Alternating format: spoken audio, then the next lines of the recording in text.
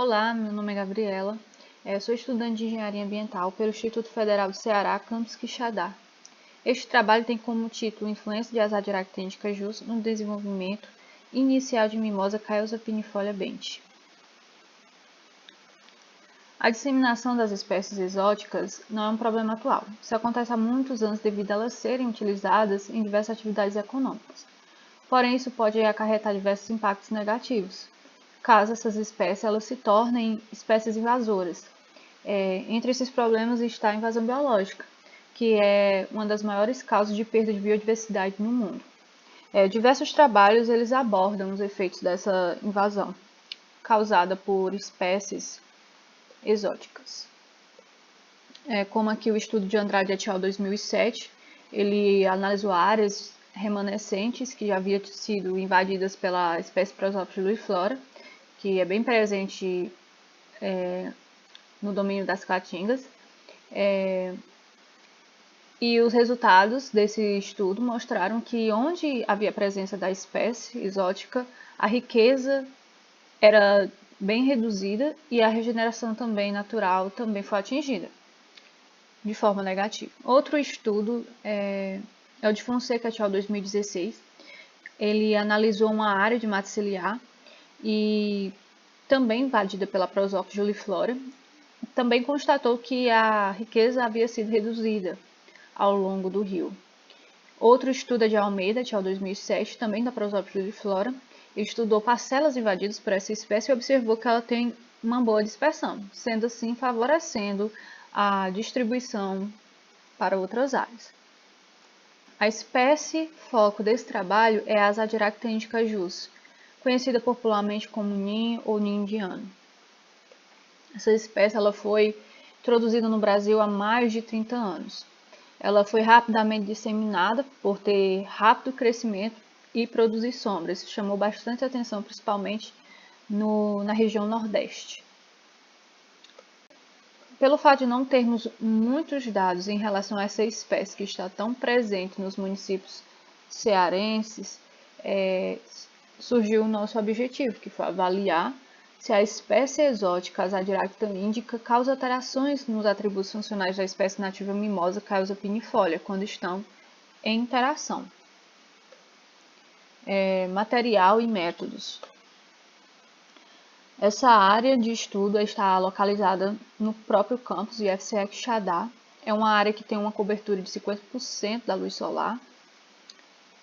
E as espécies utilizadas nesse estudo foram a Azadirachta indica, o indiano, a espécie exótica, e a Mimosa caeosapinifolia, que é a nativa conhecida aqui popularmente como sabiá.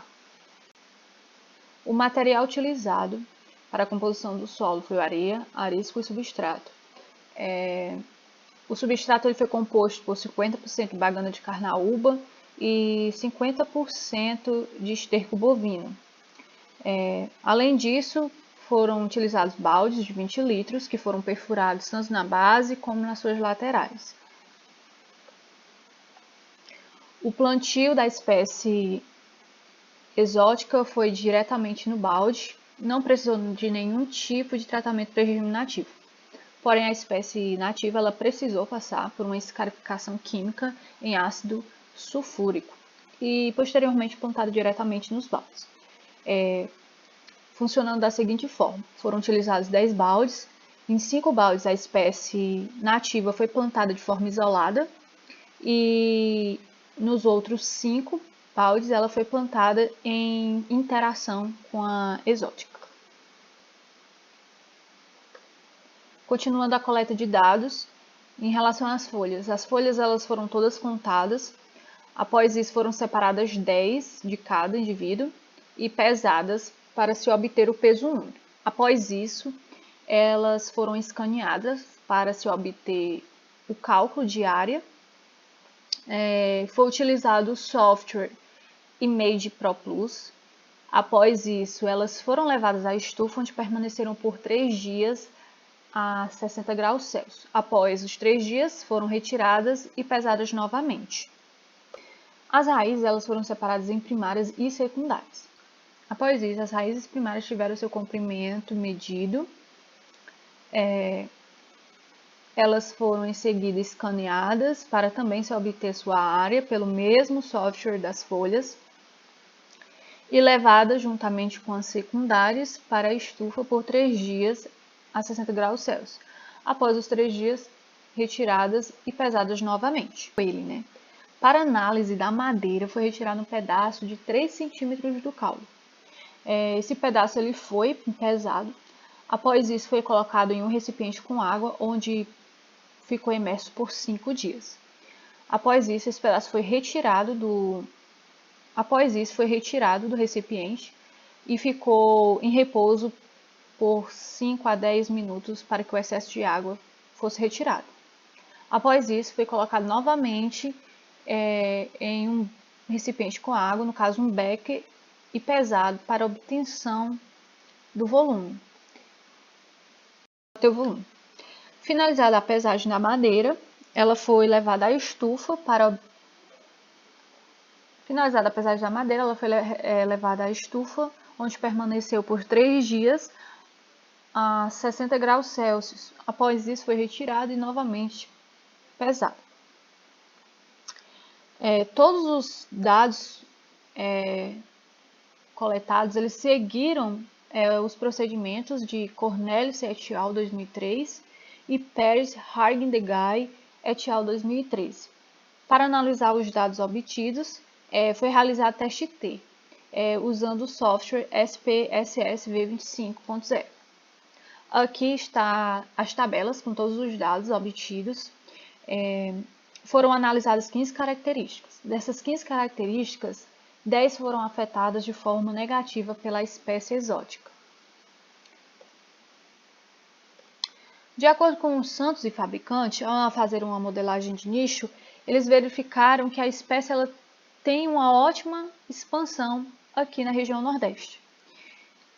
O que reforça ainda mais esse estudo é Musso et al. 2021 afirma que as espécies exóticas elas se adaptam melhor às adversidades do que as nativas, assim favorecendo a expansão delas.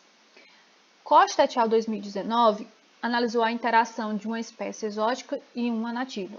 Percebeu que a espécie exótica ela se desenvolveu melhor do que a espécie nativa. E fabricante et al. 2012 percebeu que uma espécie exótica teve comportamentos diferentes de um lugar para o outro. Sendo assim, podemos concluir que a espécie exótica Azadirachta indica, ela sim pode interferir no desenvolvimento inicial de Mimosa caesalpinifolia, podendo comprometer o estabelecimento da espécie nativa. Porém, sugere-se que a pesquisa ela seja realizada sim com demais espécies e com diferente disponibilidade de recursos, mas que, de toda forma, seja evitada a introdução da espécie exótica em mais ambientes.